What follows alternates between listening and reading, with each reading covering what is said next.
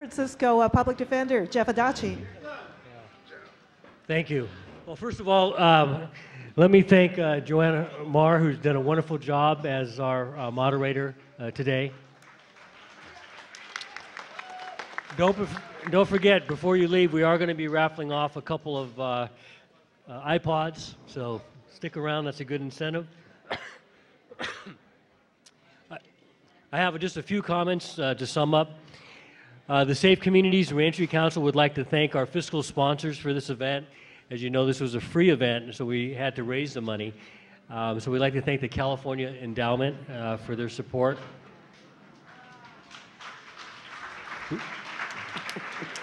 Thank you. The San Francisco State Institute for Civic and Community Engagement.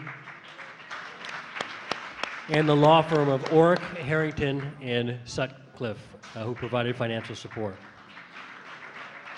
We do have more information about the sponsors in your folders. We also would like to thank the members of the Safe Community Reentry Council. And just so it's clear to folks, there are over 300 participants in the Safe Communities Reentry Council and over 40 organizations, including faith-based communities.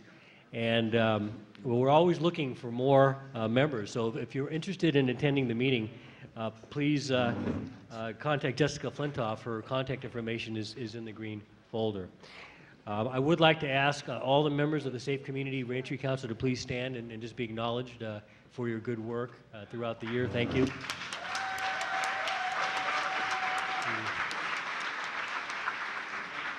And I'd like to give some special recognition to the person who organized this entire event with a lot of help, Jessica Flintoff, the program coordinator of the Safe Communities Reentry Council. Thank you, Jessica. Of course, I'd like to thank all the members of my office and from the Reentry Unit who are here to help support this effort, as well as the staff of San Francisco State University for their help.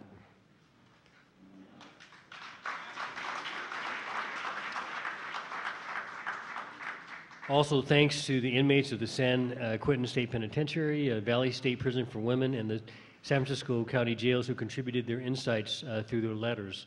And the letters that we had posted there, I hope you had a chance to see those. Thank you, of course, to Luis Rodriguez for delivering the keynote address, all of our panelists. Thank you to Dr. Rochelle Rogers-Ard for playing the grand piano for us today. Thank you to Michael Freeman and the San Francisco Government TV for recording and broadcasting this program. This will be broadcast over the next 6 months on the San Francisco Government channel, and that's part of our effort to reach out to the community at large. Thank you to Guerra's for providing the lunches for our event. I also wanted to mention that, again, we do have the resource guide. This resource guide is also going to be available online at sfpublicdefender.org and sfdistrictattorney.org as well as in a hard copy. We will be distributing these around prisons. I just wanted to conclude with 3 thoughts, and I would like to leave you with this. You go to a lot of conferences sometimes or summits, and you're left with a good feeling and not much more.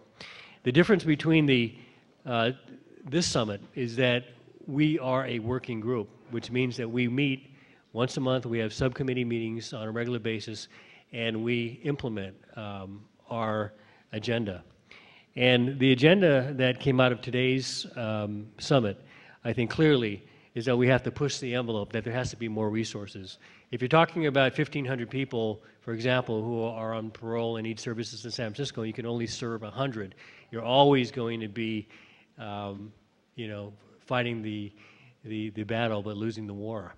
And so I think it's incumbent on us, and that's one of the reasons we had all the policy people here today, is that we've got to advocate for more resources. You know, if we could do this, a program like NOVA with $1.5 million, what could we do with $25 million? What could we do with $50 million? And I think we have to think big. I mean, the governor is spending $7 billion on corrections. $7 billion, that's, you know, more than the whole budget of San Francisco government here. And to say that we don't have the resources to invest, you know, is just not true. It's a question of how those resources are being allocated. And I think, as it's been said here, the prison industry is an industry. There are people making money off of it. And to think that, you know, rehabilitation always comes as an afterthought, and the services rarely flow down to the parolees themselves or their prisoners themselves. Is a reality. It's been a reality for a long time, and I think we'd be crazy not to acknowledge that.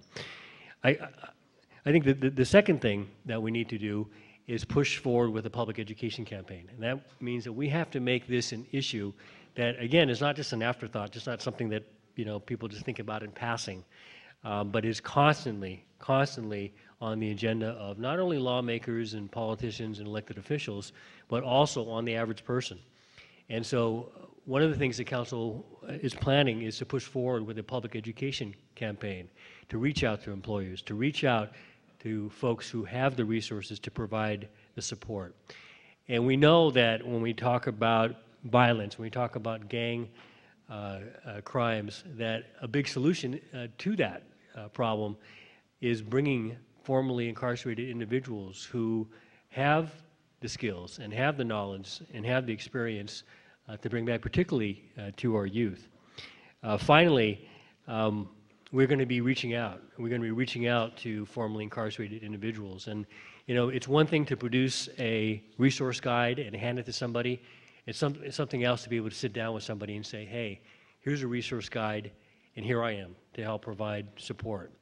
I know in my office, we've developed a reentry unit to do exactly that. So we have people in the public defender's office who can consistently reach out to our clients who are getting ready to rejoin the community, and even before.